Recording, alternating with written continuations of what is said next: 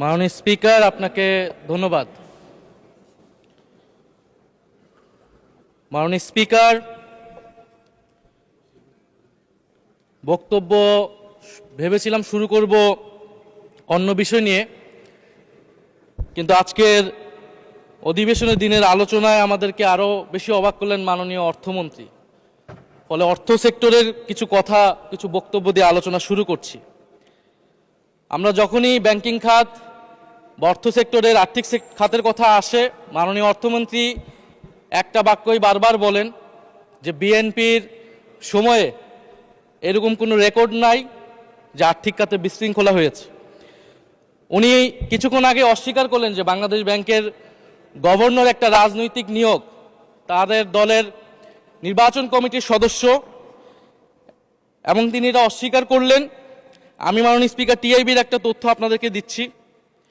বর্তমান সরকারি দলের যারা নির্বাচনের প্রার্থী হয়েছেন তাদের 59.41% ঋণগ্রস্ত, এবং যার বেশিরভাগ হচ্ছে সরকারি দলে। সংসদ সদস্যদের 11,000 কোটি টাকার বেশি ঋণ রয়েছে, যার অধিকাংশই সরকারি দলের। এদের অধিকাংশই ঋণ খেলাপি ছিলেন, নির্বাচনের আগে কিছু টাকা ঋণ দিয়ে পুনঃতফসিল করে নিয়েছেন। এবং বর্তমান যে বাংলাদেশ ব্যাংকের গভর্নর, তার স্পেশালিটিটা কি? তার স্পেশালিটি হচ্ছে এই ঋণ পুনঃতফসিল করা, এটাতে তিনি এক্সপার্ট। ফলে তাকে বাংলাদেশ ব্যাংকের গভর্নর কেন দেওয়া হয়েছে এটা খুব পরিষ্কার মাননীয় স্পিকার। এই যে হাজার হাজার কোটি টাকার ঋণ, সেই ঋণগুলো যাতে ঋণ পুনঃতফসিল করতে পারে, সেই সুযোগ সুবিধাটা করে দেওয়ার জন্যই বাংলাদেশের ইতিহাসে প্রথমবারের মতো একজন ব্যবসায়ীকে বাংলাদেশ ব্যাংকের গভর্নর দেওয়া হয়েছে। ফলে জাতির সামনে এই জিনিসগুলো পরিষ্কার হয়েছে। এখন সামনের আর্থিক খাতে আরো নিয়োগ তারা কি বিবেচনায় দিবেন, এই জন্য আমরা তাদের উপর আর আস্থা রাখতে পারছি না মাননীয় স্পিকার। মাননীয় স্পিকার, রাষ্ট্রপতির উপর ধন্যবাদ জ্ঞাপন বক্তব্য। রাষ্ট্রপতির বক্তব্য আমি শুনিও নাই, পড়িও নাই, এবং সেই বক্তব্য দেওয়ার সুযোগ করে দেওয়াকে আমরা প্রত্যাখ্যান জানিয়েছিলাম। আমরা খুব স্পষ্টভাবে বলেছিলাম যে এই রাষ্ট্রপতি অপসারণ প্রয়োজন, তাকে গ্রেফতার করা প্রয়োজন। এই রাষ্ট্রপতির আর কোনো অধিকার নেই বঙ্গভবনে থাকার, এইখানে এসে বক্তব্য দেওয়ার। প্রেসিডেন্ট শাহাবুদ্দিন চুপ্পু, তার কিছু কুকীর্তির কথা মাননীয় স্পিকার হাউসের সামনে তুলে ধরছি। তিনি দুদকের কমিশনার ছিলেন। তাকে দুদকের কমিশনারের করা হয়েছিল 3টে অ্যাসাইনমেন্ট দিয়ে। 1 নম্বর হচ্ছে খালেদা জিয়া এবং তারেক রহমানের বিরুদ্ধে দুর্নীতির অভিযোগের শাস্তি নিশ্চিত করা। 2 নম্বর পদ্মা সেতুর দুর্নীতির অভিযোগ থেকে আওয়ামী লীগকে ক্লিন শিট দেওয়া। 3 নম্বর ফখরুদ্দিন মঈনুদ্দিন সরকারের সময় শেখ হাসিনা সহ আওয়ামী লীগ নেতাদের বিরুদ্ধে হওয়া দুর্নীতির মামলাগুলোকে বাতিল করে দেওয়া। এমন একজন ব্যক্তিকে বিএনপি সরকার রাষ্ট্রপতি হিসেবে এখনো মেনে নিচ্ছে মাননীয় স্পিকার। আরেকটি ঘটনা বলি, 2009 সালে শেখ হাসিনার ক্যাঙ্গারু আদালতের নির্দেশে এই শাহাবুদ্দিন চুপ্পুর নেতৃত্বে 3 সদস্যের judicial inquiry commission on minority torture in 2001 করেছিল শেখ হাসিনার ক্যাঙ্গারু কোর্ট। এই প্রতিবেদন অনুসারে বিএনপির 26,000 বিএনপির নেতাকর্মীকে 2001 সালে ক্ষমতায় এসে কয়েক হাজার হিন্দুকে তারা হত্যা করেছে, এজন্য দায়ী করা হয়েছিল মাননীয় স্পিকার। এবং আওয়ামী লীগ এই রিপোর্ট দেশে বিদেশে এই রিপোর্ট ফেরি করে তারা নিজেদের এখানে ক্ষমতায় থাকাটাকে পাকাপোক্ত করেছিল। মাননীয় স্পিকার, এই রাষ্ট্রপতি চুপ্পু এস আলমের হাতে ইসলামী ব্যাংকে তুলে দেওয়ার কারিগর, 2 কোটি আমানতকারীকে পথে বসিয়েছিল। এবং জুলাই গণহত্যার সময় তার ভূমিকা, ফ্যাসিবাদের সাথে তার সংশ্লিষ্টতা সবকিছু আমরা জানি। আমাদের দুর্ভাগ্য, এই দুর্নীতিবাজ, অপদার্থ, মিথ্যুক, গণহত্যার দোষর এখনো বাংলাদেশের রাষ্ট্রপতি। একটা আলোচনা কয়েকবার এসেছে যে রাষ্ট্রপতির অধীনে কেন শপথ নিয়েছি আমরা বলতে এখানে ব্যক্তিগতভাবে আমার কথাই বলেছে, কারণ আমি এখানে শপথ নিয়েছিলাম। তো মাননীয় স্পিকার, সেই সময়ের প্রেক্ষাপট আর এখনকার প্রেক্ষাপট কি এক? জুলাই গণ অভ্যুত্থানের পরে, 5ই আগস্টের পরে আমাদের সামনে 2টা অপশন ছিল। আমরা বলেছিলাম জাতীয় সরকার করতে হবে, সেই জাতীয় সরকারের প্রস্তাব বিএনপি নাকচ করে দিয়েছে। আমাদের সামনে আরেকটা অপশন ছিল ক্ষমতা আর্মির হাতে তুলে দেওয়া। যদি আমরা সেই দিকে আগাতাম, আজকে তারা এখানে বসতে পারতেন কিনা মাননীয় স্পিকার সেটা সন্দেহ আছে। দেশের স্বার্থে, দেশের স্থিতিশীলতার স্বার্থে আমরা সেই সময় সরকারে গিয়েছিলাম, আমরা শপথ নিয়েছিলাম, কিন্তু বৈষম্যবিরোধী ছাত্র আন্দোলন খুব স্পষ্টভাবে 2024 সালে কিন্তু এই রাষ্ট্রপতির অপসারণ চেয়েছিল। সেই সময় সাংবিধানিক ধারাবাহিকতার কথা বলে রাষ্ট্রপতির পক্ষে অবস্থান নিয়েছিল বিএনপির মহাসচিব মির্জা ফখরুল আলমগীর সাহেব, তিনি নিজেই কথা বলেছিলেন। ফলে এখন তো একটা নির্বাচিত সরকার মাননীয় স্পিকার, এখন তো চাইলেই বিএনপি রাষ্ট্রপতি পরিবর্তন করতে পারে সরকার, এবং আমরা বিশ্বাস করি বিএনপিতে সেই ধরনের যোগ্য আস্থাভাজন ব্যক্তি নিশ্চয়ই রয়েছেন। এবং সরকার দলের সদস্যরা অনেকে গৌরবের সাথে বলেছেন যে যেই রাষ্ট্রপতি জিয়াউর রহমানের বিরোধিতা করেছেন সেই রাষ্ট্রপতি এখন জিয়াউর রহমানের প্রশংসা করছে। মাননীয় স্পিকার, গাধাকে দিয়ে আপনি হাল চাষ করিয়ে এটার মধ্যে কোনো বাহাদুরি নাই। এটা আপনাদের দেউলিয়ত্ব, সরকারের দেউলিয়াত্ব যে সরকার এখনো রাষ্ট্রপতি পরিবর্তন করতে পারছে না। মাননীয়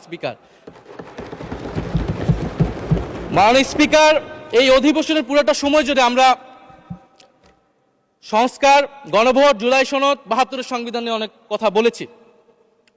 এবং একটা বিষয় আমার কাছে খুবই অদ্ভুত লেগেছে, কিছু মাননীয় সংসদ সদস্য তারা 72-এর সংবিধানকে 71-এর সাথে মিলিয়েছেন।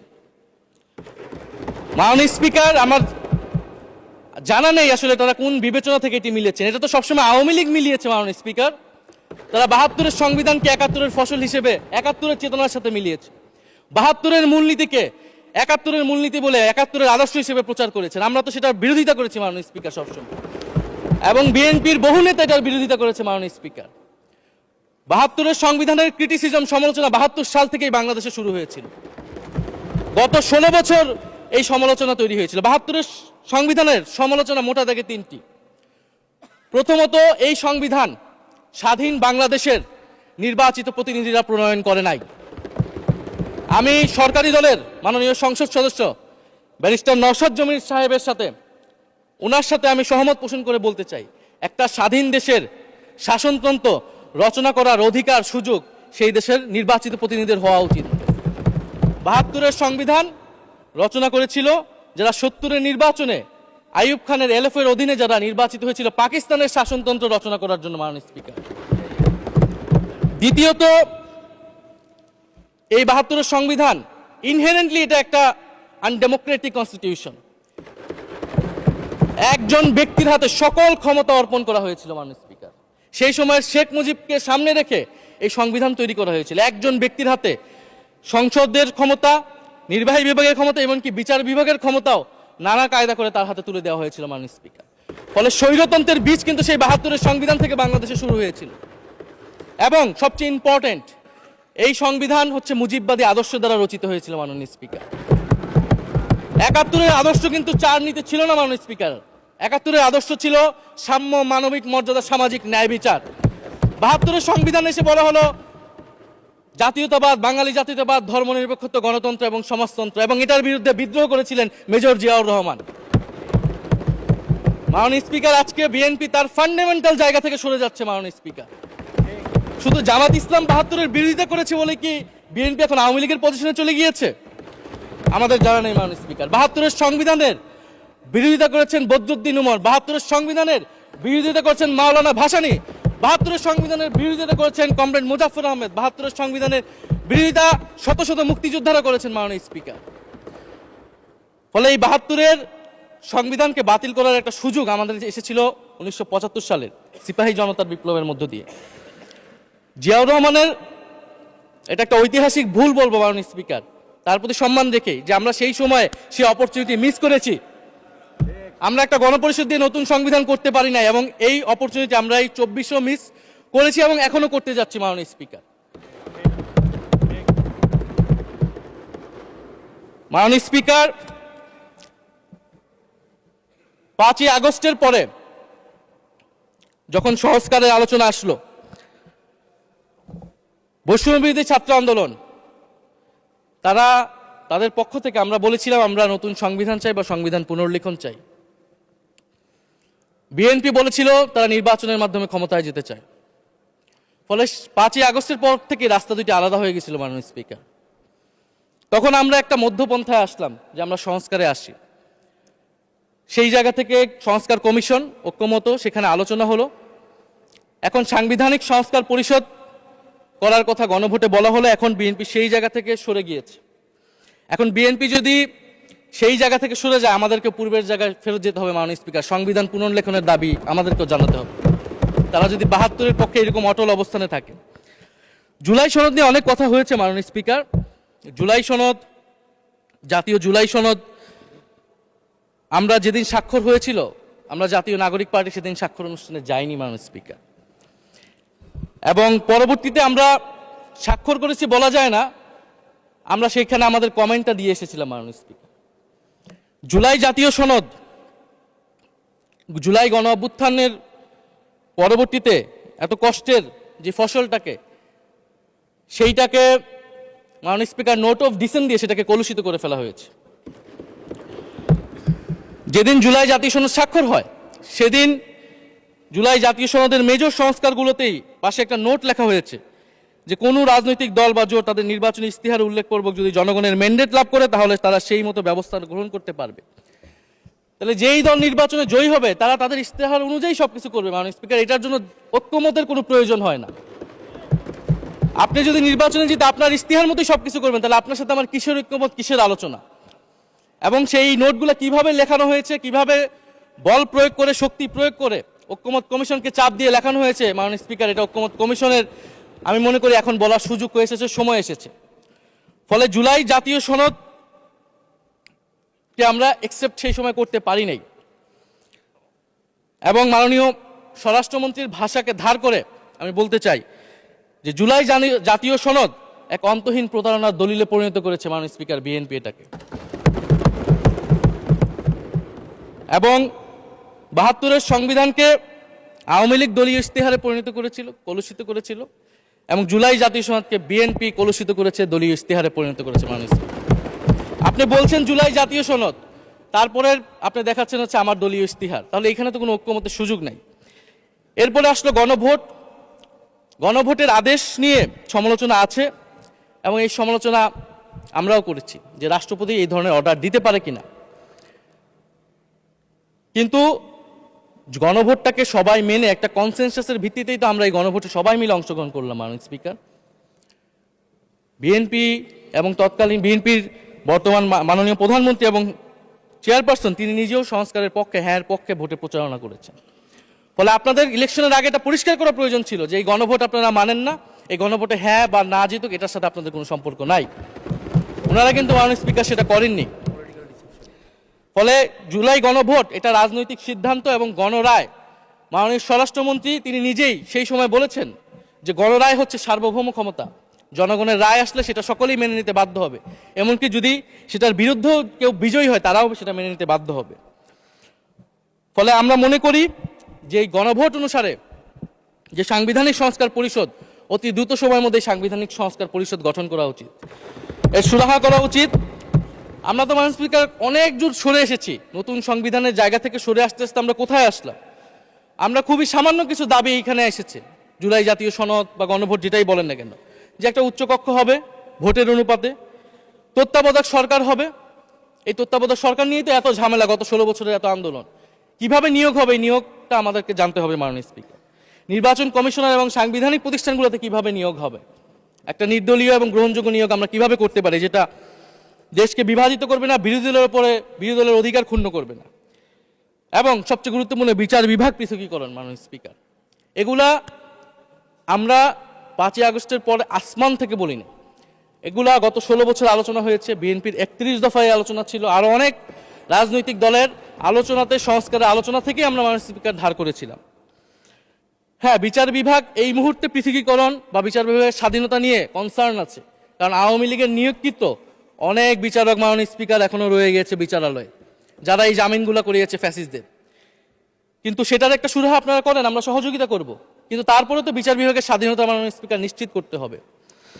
গুম এবং মানবাধিকার অধ্যাদেশ বাতিল করলেন, আপনারা বলছেন ভালো আইন নিয়ে আসবেন, তো ভালো আইন যতক্ষণ পর্যন্ত আনতে পারছেন না ততক্ষণ পর্যন্ত মাননীয় স্পিকার আপনাদের সমালোচনাটা সহ্য করতে হবে। আপনারা ভালো আইন নিয়ে আসুন এবং অতি দ্রুত সময়ের মধ্যে নিয়ে আসুন, আমরা দেখি। মাননীয় স্পিকার, এই সংসদে, এই অধিবেশনে আরেকটি বিষয় বারবার এসেছে, সেটা হচ্ছে মুক্তিযুদ্ধ এবং জুলাই গণ অভ্যুত্থান। মুক্তিযুদ্ধকে মাননীয় স্পিকার আমরা শ্রদ্ধা করি। আমরা মনে করি এই প্রজন্ম যারা জুলাই গণ অভ্যুত্থানে অংশগ্রহণ করেছি, জুলাই গণ অভ্যুত্থানের মধ্য দিয়ে মুক্তিযুদ্ধের নতুন রূপ তৈরি হয়েছে, মুক্তিযুদ্ধের নবায়ন হয়েছে। মাননীয় স্পিকার, ফলে মুক্তিযুদ্ধের সাথে জুলাই গণ অভ্যুত্থানের কোনো সাংঘর্ষিক অবস্থান নেই। আমরা বারবার বলেছি মুক্তিযুদ্ধ, জুলাই গণ অভ্যুত্থান হচ্ছে মুক্তিযুদ্ধেরই আরেকটি ধারাবাহিকতা। মুক্তিযুদ্ধে আমরা সাম্য মানবিক মর্যাদার কথা বলেছি, জুলাই গণ অভ্যুত্থানে আমরা বৈষম্য বিরোধী গণতান্ত্রিক বাংলাদেশের কথা বলেছি। মাননীয় স্পিকার, কোথায় পার্থক্য, কোথায় আলাদা, এবং কোন ঘটনা বড় কোন ঘটনা ছোট, এটা অহৈতুক তর্ক। মাননীয় স্পিকার, আমরা কেউ বলি নাই যে জুলাই গণ অভ্যুত্থান মুক্তিযুদ্ধের থেকে বড়, বা জুলাই গণ অভ্যুত্থান 90-এর থেকে বড় বা 90-এর থেকে ছোট। জুলাই গণ অভ্যুত্থান এক বিশেষ ঘটনা বাংলাদেশের ইতিহাসে, মুক্তিযুদ্ধ এক বিশেষ ঘটনা, মুক্তিযুদ্ধ বাংলাদেশের ফাউন্ডেশন। মাননীয় স্পিকার, এটার ব্যাপারে আমরা আনকম্প্রোমাইজেবল, এটা নিয়ে কোনো বিতর্কের কোনো সুযোগ নাই। তবে এই কথাটা ওনারাই বারবার বলে মুক্তিযুদ্ধকেও ছোট করতেছেন, জুলাই গণ অভ্যুত্থানকেও ছোট করতেছেন। আরেকটি বিষয় মাননীয় স্পিকার, মুক্তিযুদ্ধর কথা যখন এসেছে, আমরা যে সাম্প্রতিক সময়ে জাতীয় মুক্তিযোদ্ধা কাউন্সিল জামুকা আইন সংশোধন করা হলো, অধ্যাদেশ পাশ করা হলো, সেখানে কিন্তু একটা গুরুত্বপূর্ণ সংশোধনী এসেছে। মুক্তিযোদ্ধাদের সংজ্ঞা থেকে মুজিব বাহিনীকে বাদ দেওয়া হয়েছে মাননীয় স্পিকার। এবং আপনারা জানেন যে এই মুজিব বাহিনী, সেটাকে সংযুক্তির মাধ্যমে হাজার হাজার ছাত্রলীগের নেতাকর্মীকে মুক্তিযোদ্ধা সার্টিফিকেট দেওয়া হয়েছিল। মাননীয় স্পিকার, মুজিব বাহিনীর রোল কি ছিল এটা আপনারা এখানে যারা অভিজ্ঞ মাননীয় স্পিকার অনেক মুক্তিযোদ্ধা আছেন তারা ভালো করেই জানেন। মুজিব বাহিনী তৈরি হয়েছিল অন্তর্ঘাত তৈরি করার জন্য। তারা অস্ত্র হাতে দেশে পাকিস্তান বাহিনীর বিরুদ্ধে যুদ্ধ করে নাই, তারা দেশে ঢুকে মুক্তিযুদ্ধের আওয়ামী লীগ বারে অন্য যেই পক্ষগুলো রয়েছে তাদেরকে হত্যা করেছিল। মাননীয় স্পিকার, ফলে মুজিব বাহিনী কিন্তু কোনো মুক্তিযোদ্ধা না বর্তমান আইন অনুসারে। কিন্তু এখানে অনেক মুজিব বাহিনীর কিছু লোক আছেন, তারা নিজেদেরকে মুক্তিযোদ্ধা হিসেবে বারবার জাহির করছে। ফলে আমাদেরকে এই ফারাকটাও করতে হবে মাননীয় স্পিকার। এবং মুক্তিযুদ্ধের পক্ষ বিপক্ষের রাজনীতি গত 50 বছর ধরে হয়েছে, আমরা এই সমাধান এখনো কেন করতে পারিনি মাননীয় স্পিকার? এর দায়ভার কে নেবে? বিএনপি কি নেবে না, যারা 29 বছর জামাতের সাথে রাজনীতি করেছে? একটা কথা তো এখন সবাই বলে, সাথে থাকলে সঙ্গী, না থাকলে জঙ্গি। ফলে এটার দায়িত্ব ছিল তো উনাদের, এই রিকনসিলিয়েশন তৈরি করা, এই প্রশ্নের সুরাহা করা। জুলাই গণ অভ্যুত্থানের পরে, স্বাধীনতার 54-55 বছর পরে জাতীয় সংসদে মুক্তিযুদ্ধের পক্ষ আর বিপক্ষ বলে ভাগ থাকবে, এটা তো মাননীয় স্পিকার আমরা প্রত্যাশা করি না, এটা এই প্রজন্ম প্রত্যাশা করে না। আমি মাননীয় স্বরাষ্ট্রমন্ত্রীর সাথে একমত পোষণ করি যে ইতিহাসের এই বিতর্ক আমাদেরকে সমাধান করতে হবে, একপাশে রেখে সামনের দিকে এগিয়ে যেতে হবে, এবং এটা সব পক্ষকে এটার জন্য দায়িত্বশীল ভূমিকা পালন করতে হবে। মুক্তিযুদ্ধ যেমন কোনো দেশের ষড়যন্ত্র না, আবার মুক্তিযুদ্ধের নাম করে এদেশে যে লুটপাট ফ্যাসিবাদ কায়েম হয়েছে সেটাও আমাদের ভুলা যাবে না মাননীয় স্পিকার। মাননীয় স্পিকার, জুলাই গণ অভ্যুত্থান সকলের অংশগ্রহণে হয়েছিল, এটা আমরা বারবার বলেছি। তবে বিএনপির বিভিন্ন সদস্য তারা তাদের আলোচনায় বারবার বলার চেষ্টা করে যে আমরা ছিলাম না, আমরা তো এইভাবে ছিলাম, এভাবে ছিলাম। এটা তো প্রমাণ করার প্রয়োজন নাই মাননীয় স্পিকার। এটা কেন এত হীনমন্যতা আমাদের এটা বুঝে আসে না। বিএনপি তো অবশ্যই জুলাই গণ অভ্যুত্থানে ছিল, আমাদের সাথেই ছিল। এবং সেই সময়ের একটা উক্তি বিএনপির মহাসচিব মির্জা ফখরুল ইসলাম আলমগীর, উনি বলেছিলেন যে এই আন্দোলনের সাথে আমাদের সম্পর্ক নাই, এটা ছাত্রদের আন্দোলন। তার ওই বক্তব্য সঠিক ছিল মাননীয় স্পিকার। তার উনার ওই সময়ে কৌশলগত অবস্থান এটাই সঠিক ছিল, উনি ওই সময় এই বক্তব্যই প্রয়োজন ছিল, এটা তো আমাদের কোনো দ্বিমত নাই। মাননীয় স্পিকার, আমাকে ডিজিএফআই, ডিবি, এসবি, বাংলাদেশের হেন কোনো গোয়েন্দা সংস্থা নাই যারা আমাকে ইন্টারগেশন করেছে, টর্চার করেছে, এবং একটা কথা বারবার বলানোর চেষ্টা করেছিল যে এই আন্দোলন বিএনপি জামাতের আন্দোলন, যারা আগুন লাগিয়েছে তারা বিএনপি জামাতের সন্ত্রাসী। এটা একবার তোমরা শুধু বলো। ডিবি অফিসের শেষ পর্যন্ত আমরা বাধ্য হয়েছি আন্দোলন স্থগিতের ঘোষণা দিতে, কিন্তু কখনো এই কথাটা মাননীয় স্পিকার আমরা বলিনি। ফ্যাসিবাদ বিরোধী রাজনৈতিক দলের নেতাকর্মীকে আমরা আন্দোলনের সময় থেকে এখন পর্যন্ত কখনো আমরা অস্বীকার করিনি। কিন্তু একটা জায়গা আমরা ফারাক করতে চাই, যে এই গণ অভ্যুত্থান কোনো দলীয় আন্দোলন নয়। 90-এর গণ অভ্যুত্থান, 69-এর গণ অভ্যুত্থান থেকে এই গণ অভ্যুত্থানের পার্থক্য রয়েছে মাননীয় স্পিকার। এই গণ অভ্যুত্থানে ফ্যাসিবাদ বিরোধী রাজনৈতিক দলের নেতাকর্মীরা নেতৃত্বে নয়, সামনে পিছনে ছিল মাননীয় স্পিকার। সামনে সাধারণ জনগণ ছিল, ছাত্ররা ছিল। ফলে সেই হিসেবেই এই গণ অভ্যুত্থানকে স্বীকৃতি দেওয়া উচিত। এখন যদি বলা হয় যে অমুকের নেতৃত্বে এই গণঅভ্যুত্থান হয়েছে, আমাদের লোকেরা এই গণঅভ্যুত্থান করেছে। এটা মাননীয় স্পিকার এই গণঅভ্যুত্থানের সাথে যারা সাধারণ মানুষ নেমেছিল, যারা শহীদ হয়েছে, তাদের সাথে মাননীয় স্পিকার বিশ্বাসঘাতকতা করা হবে। ফলে জুলাই গণঅভ্যুত্থানের সকলের অংশগ্রহণ ছিল। হ্যাঁ, আমাদের অনেক মতপার্থক্য। জুলাই গণঅভ্যুত্থানের পরে আমাদের রাস্তা আলাদা হয়ে গেছে আমরা মনে করি রাজনৈতিকভাবে, কিন্তু গণঅভ্যুত্থান আমরা একসাথেই করেছিলাম মাননীয় স্পিকার। এবং আমি দুইটা কোটেশন বলতে চাই মাননীয় স্পিকার। 7ই আগস্টে নয়াপল্টনের সমাবেশে জনাব তারেক রহমান ভার্চুয়ালি যুক্ত হয়ে বলেন, 1971 ছিল স্বাধীনতা অর্জনের আন্দোলন, আর 2024-এর আন্দোলন হলো সেই স্বাধীনতা ও সার্বভৌমত্ব রক্ষার আন্দোলন। এই আন্দোলনে অংশ নেওয়া প্রতিটি ছাত্র জনতা আজ থেকে নতুন দিনের মুক্তিযোদ্ধা। মাননীয় স্পিকার, মুক্তিযুদ্ধের সাথে আমরা তুলনা করছি এই জায়গা থেকে, কারণ আমাদের কাছে এটা প্রায় যুদ্ধ সময় একটা পরিস্থিতি ছিল। 6 আগস্ট বঙ্গভবনে আলোচনা শেষে ব্রিফিংয়ে মির্জা ফখরুল ইসলাম আলমগীর বলেন, ছাত্র জনতা বুকের রক্ত দিয়ে আমাদের নতুন এক সকাল উপহার দিয়েছে। বাংলাদেশ আজ দ্বিতীয়বার স্বাধীন হলো। এই স্বাধীনতা আমাদের রক্ত দিয়ে রক্ষা করতে হবে মাননীয় স্পিকার। আমরাও বলি রক্ত দিয়ে রক্ষা করতে হবে। মাননীয় স্পিকার, আমাকে একটু সময় বাড়িয়ে দিবেন। আমি যে সময়টা পেয়েছি এটা বিরোধী দলের কোটা থেকে, আমি আশা করব সরকারি দলের কোটা থেকে আমি আরো 10 মিনিট পাবো মাননীয় স্পিকার।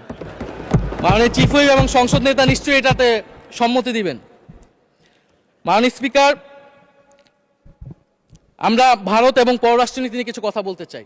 এই সরকার আসার পর একটা জিনিস বারবার আছে যে ভারতের সাথে সম্পর্ক উন্নয়ন, এবং মাননীয় পররাষ্ট্র মন্ত্রী যিনি আগের সরকারের নিরাপত্তা উপদেষ্টা, যার পদত্যাগ তৎকালীন বিএনপি চেয়েছিলেন, সেই পররাষ্ট্রমন্ত্রী ভারতে সফর করেছেন প্রথম, এবং তিনি যে বিবৃতি দিয়েছেন সেই বিবৃতি আমাদের কাছে স্পষ্ট না। আমরা কোন ভিত্তিতে ভারতের সাথে সম্পর্ক উন্নয়নের কথা বলছি?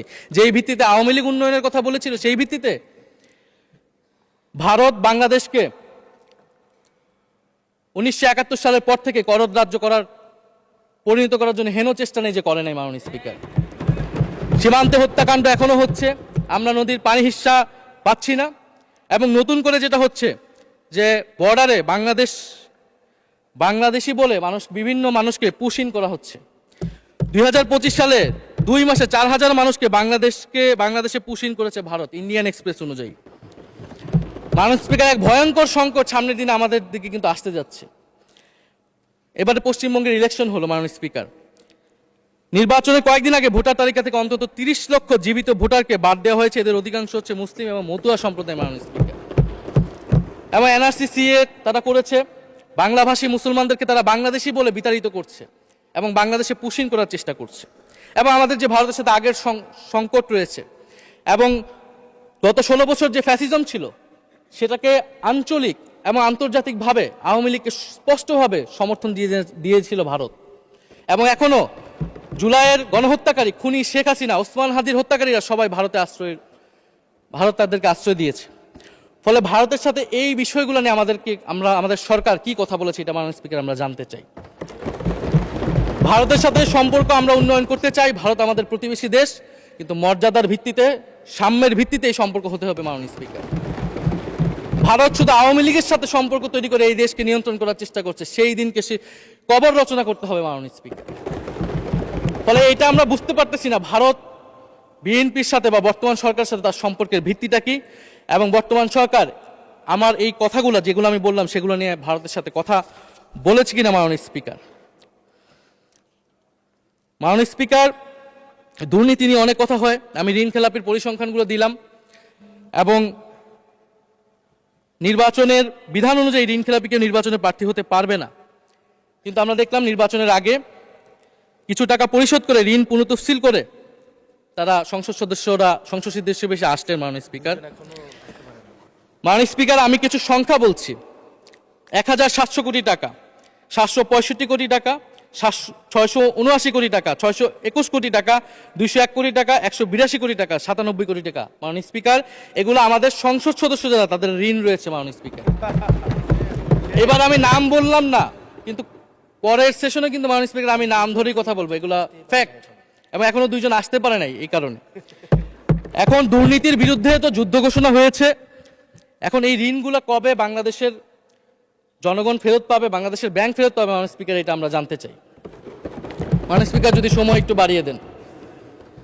হ্যাঁ, মাননীয় সদস্য, আপনি আবেদন জানিয়েছিলেন, এর মধ্যে ট্রেজারি বেঞ্চের যে চিফ হুইপ আছেন, মাননীয় চিফ হুইপ, উনি আমাকে জানিয়েছেন উনার সময় 20 মিনিট বরাদ্দ ছিল, সেখান থেকে 5 মিনিট উনি কর্তন করে আপনাকে দিয়েছেন।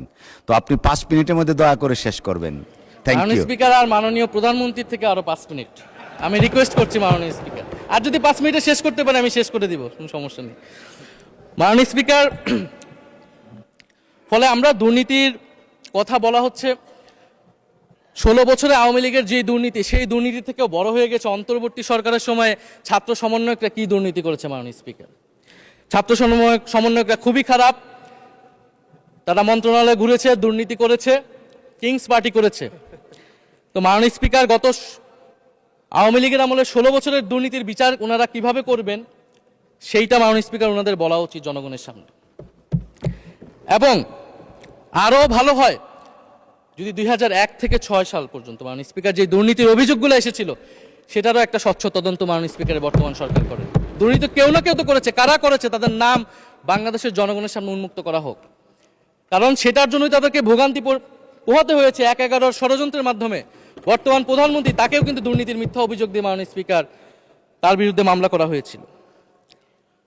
মাননীয় স্পিকার, মাননীয় স্বরাষ্ট্রমন্ত্রীর দৃষ্টি আকর্ষণ করছে, একটু আইন শৃঙ্খলা নিয়ে কথা বলি।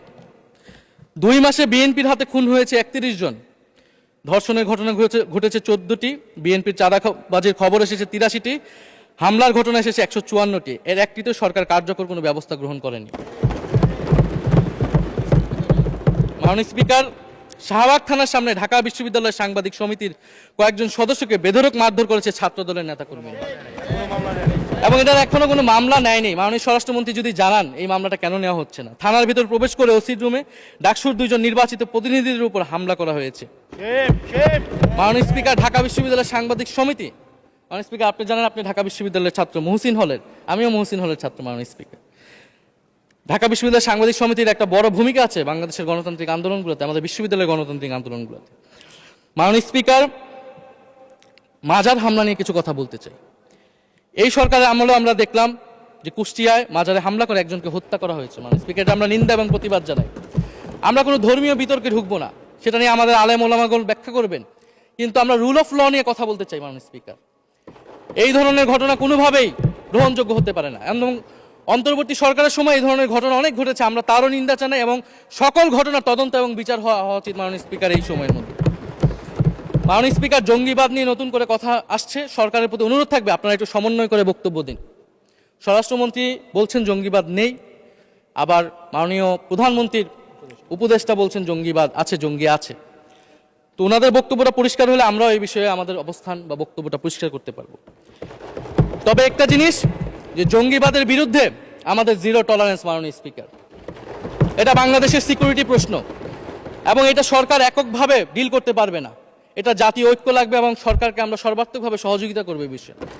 তবে বিগত আমলের মতো এবং ওয়ারেন্ট টেররের প্রজেক্ট হিসেবে যাতে বাংলাদেশে কোনো জঙ্গিবাদের নাটক না হয় মাননীয় স্পিকার, এটাও আমাদের মাথায় রাখবে। মাননীয় স্পিকার, আমাদের দেশের প্রধান একটা জনগোষ্ঠী হচ্ছে কৃষক, আমরা সবাই কৃষক পরিবারের সন্তান। সরকার কৃষি কার্ড দিচ্ছে, এটা সরকারকে সাধুবাদ জানাই। তবে সরকার গত বছরের যে দামে কৃষক থেকে ধান এবং চাল কিনেছে, এই বছর ঠিক একই দামে কৃষক থেকে ধান কিনছে, এটার ফলে কৃষকদের কিন্তু মাননীয় স্পিকার লোকসান হচ্ছে। ডিজেলের দাম বৃদ্ধি হয়েছে, সেচ খরচ, সার, বীজ, শ্রমিক মজুরি সব মিলিয়ে মাননীয় স্পিকার বড় মৌসুমে ধানের উৎপাদন খরচ উল্লেখযোগ্যভাবে বেড়েছে। একদিকে কৃষি কার্ড দিবেন, আরেকদিকে ধানের ন্যায্য মূল্য আপনারা কৃষককে দিবেন না, এটা মাননীয় স্পিকার কোনো সমাধান বলে আমরা মনে করি না।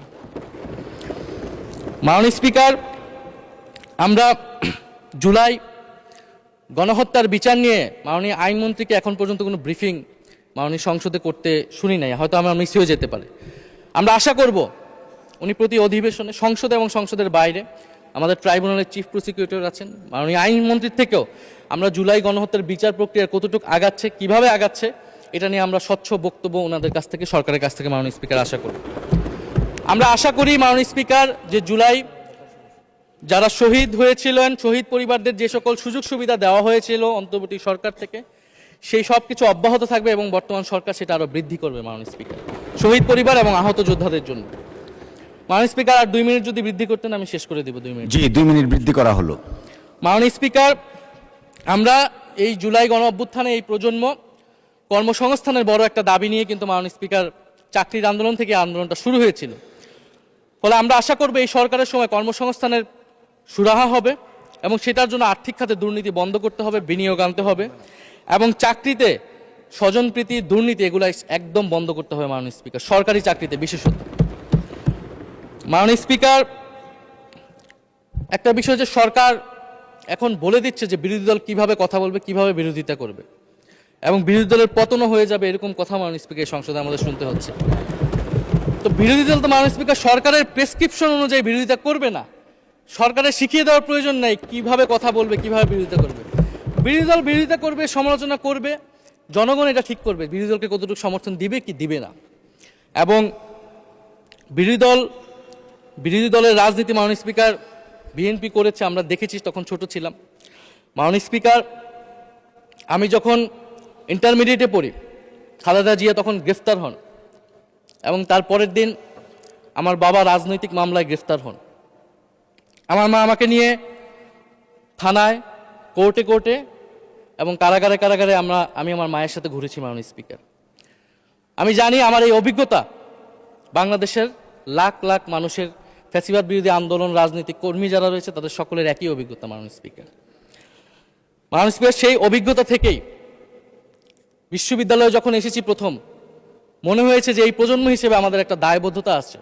আমার সামনে একজন স্বৈর শাসক থাকবে, বাংলাদেশের একজন ছাত্র হিসেবে আমি এটা মেনে নিতে পারিনি মাননীয় স্পিকার প্রথম বর্ষ থেকে। সেই জায়গা থেকে কাজ করেছি জুলাই গণ অভ্যুত্থানে। মাননীয় স্পিকার, আমি আমার এলাকা নিয়ে শুধু শেষ করব, সবাই যেহেতু এলাকা নিয়ে কথা বলে প্রথম আসলে, আমি মাননীয় প্রধানমন্ত্রীর প্রতিবেশী, ঢাকা 17-এর প্রতিবেশী হচ্ছে ঢাকা 11 মাননীয় স্পিকার। সংসদে সরকার দল এবং বিরোধী দলের যেই পরিমাণ বৈষম্য, ঢাকা 17 এবং ঢাকা 11-এর একই পরিমাণ মাননীয় স্পিকার বৈষম্য। ফলে উনি যাতে এই বৈষম্য দূর করেন এবং ঢাকা 11-র জন্য যদি মাননীয় সদস্য 2 মিনিট চেয়েছিলেন, শেষ হয়ে গেছে। আর 2 মিনিট দেওয়া হলো, 2 মিনিটের মধ্যে শেষ করে ফেলেন প্লিজ। স্পিকার, ধন্যবাদ আপনাকে। ফলে এই বৈষম্য উনি সংসদেও দূর করবেন, সংসদেও দূর হবে এবং আমার এলাকাও সেই উন্নয়ন কার্যক্রম হবে। ঢাকা 11 এই গণ অভ্যুত্থানের অন্যতম হট স্পট ছিল রামপুরা, বাড্ডা, ভাটারা এলাকা মাননীয় স্পিকার, যেখানে অনেক প্রাইভেট বিশ্ববিদ্যালয়, মাদ্রাসা, তারা সকলে এসে কিন্তু ফ্যাসিস্টদেরকে প্রতিহত করেছিল এবং এই অত্র এলাকার নানান সমস্যা। তো সরকারের জায়গা থেকে আমি আশা করব, আমি হয়তো অনেক সমালোচনা করতে পারি, অনেক ভুল ত্রুটি থাকতে পারে, যেহেতু নতুন এসেছি কথা বলছি। তো সেই জায়গা থেকে যাতে আমার এলাকার প্রতি কোনো বিরূপ মনোভাব না থাকে, কোনো বৈষম্য যাতে না হয় মাননীয় স্পিকার। আপাতত ওনারা ওইখানকার যিনি পরাজিত প্রার্থী তাদেরকে দিয়ে বিভিন্ন উন্নয়ন কার্যক্রম করছে প্রশাসক, এই সিটি কর্পোরেশনের প্রশাসক। তা আমার ক্রেডিটের দরকার নাই, কিন্তু উন্নয়ন হলেই মাননীয় স্পিকার চলবে। মাননীয় স্পিকার, আমি সর্বশেষ বলতে চাই, এই প্রথম অধিবেশনে বিশ্ববিদ্যালয় জীবনে ঢাকা বিশ্ববিদ্যালয়ের অনেক স্বপ্ন নিয়ে গিয়েছিলাম। প্রথম মাসে মাননীয় স্পিকার হতাশ হয়েছিলাম যখন দেখেছি হলের সিস্টেম, যখন দেখেছি বিশ্ববিদ্যালয়ের সিস্টেম এবং এই সংসদে মাননীয় স্পিকার প্রথম অধিবেশনে আমি অনেক হতাশ হয়েছি। সরকারি দলের সদস্যরা যেভাবে স্তুতি করেছে, যেভাবে সংবিধান সংস্কার পরিষদকে বাতিল করে দেওয়া হয়েছে, যেভাবে গণভোটকে অস্বীকার করেছে, মাননীয় স্পিকার আমি আশা করব আমাদের এই হতাশা অতি দ্রুতই শেষ হবে এবং আমরা যেই কমিটমেন্ট জনগণের কাছে করেছি সেই সকল প্রতিশ্রুতি আমরা রক্ষা করে সামনের দিকে এগিয়ে যেতে পারবো। মাননীয় স্পিকার, আপনাকে ধন্যবাদ, এই হাউসের সকলকে ধন্যবাদ মাননীয় স্পিকার।